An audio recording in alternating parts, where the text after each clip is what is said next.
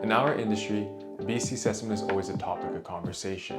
And the main conversation we're having is how it relates to our prices in our area and if it can accurately assess in today's current market.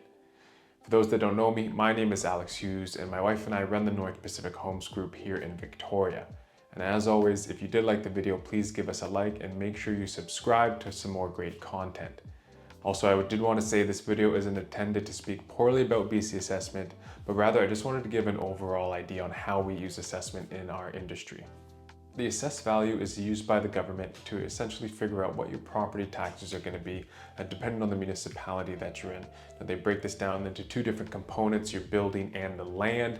But one thing to note is that they do this every single year for every single property that is owned in BC. So that's 2 million properties. So immediately right off the bat, we know they're not going to be doing as a thorough analysis or an appraisal that maybe a lender will do throughout the conditional period. The way BC assessment streamlines this process essentially is they're going to collect the information that they can, they're going to analyze said information to their best of their ability, and then they're going to ship it out where you receive your new assessments at the beginning of each year. So one thing to note about this process is that for the first 6 months of the property, that's when they're gathering the information and analyzing said information. So as of July 1st, or I should say when you get that assessment at the beginning of the year, your valuation is actually from July 1st. So right away, we know that we're already 6 months behind, and there's where a large problem is. Another problem that we have is what information they use. Building permits, real estate transactions, Google Maps or imagery, all of these are used, and a lot of the times they're not up to date. Building permits. At the end of the day, and if you've gone through a renovation, you might be guilty of this, a lot of homeowners actually don't get the proper permits in place. Now, that's not to say there's a lot of poor workmanship going on out there. Of course, there's going to be some do-it-yourselfers that we have to look out for. But when homeowners hire on qualified contractors, those contractors will build and renovate to current BC building codes because, of course, their insurance requires it. But they could forego going through the permitting process. So there's a variety of different reasons as to why they could do that. Number one, it's costly. Number two, it's the timeline. If the renovation is going to take a month and a half, it could go as high as 4, 5, 6 months trying to get through that process. Now, you don't need a permit for absolutely everything. If you're doing a kitchen reno, bathroom reno, if you're redoing the floors, anything like that, you actually don't need a permit. Once you start moving walls or if you start moving the plumbing during that renovation, then yes, you will need a permit.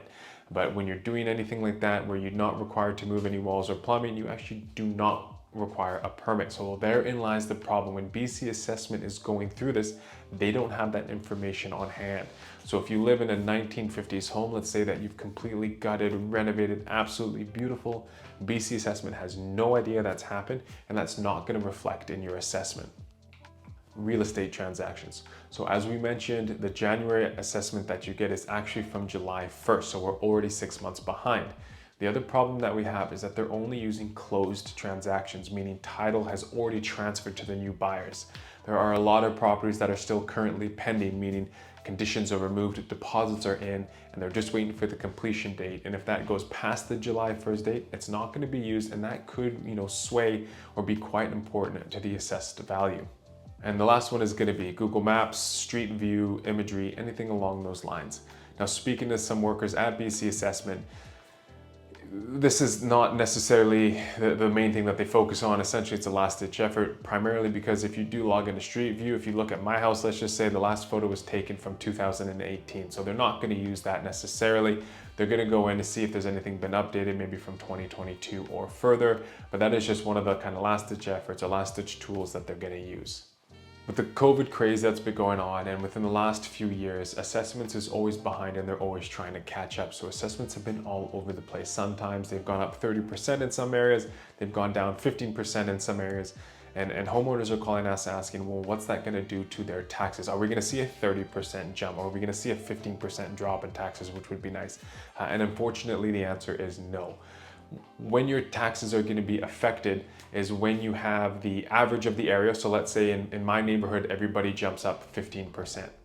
Well, if for whatever reason, if my property, because I did a renovation and I had a permit or whatever the case may be, if I jumped up 20%, well, then I'm going to see an increase in my taxes. Now, that's not to say that I'm going to see a 5% increase in my taxes. It's not the difference between the median increase and your increase or decrease, whichever way it goes, but you are going to see an increase or decrease in your taxes. So that's when it occurs, when you are different than the median value in your area or median change in your area.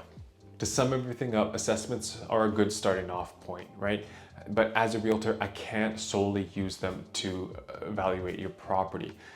How we use them in our comparative market analysis or our CMAs, what we refer to it as, is what's the average sell to assess ratio. So one thing to think about is, let's say in the area, you're in the Saanich East area, lots of 1950s home. All these 1950s homes that maybe haven't been renovated, they're all selling for 20% above your assessed value. So we can use that, okay, now we're gonna be around that 20% valuation. So we can use it, but I can't solely use it as your pure valuation of your property. At the end of the day, it's our job as a realtor to give you the most current and detailed valuation on your property. Now we go about this from looking at properties every single day, seeing what's out there, what's been updated, what's been sold recently, what's pending, what conditions have been removed. Why did they sell? Is it a pre-foreclosure that we knew about? Have they had the renovations done? Have you had renovations that might be unpermitted done? How many properties are for sale? Are you the only one in your area that's selling? All of these are going to be taken into account when we're evaluating your property. And that's everything I have about BC assessment. If you folks did like this video, please, like I said, give us a like, subscribe to our channel. And as always, you ever have any questions regarding Victoria real estate, please don't hesitate to reach out.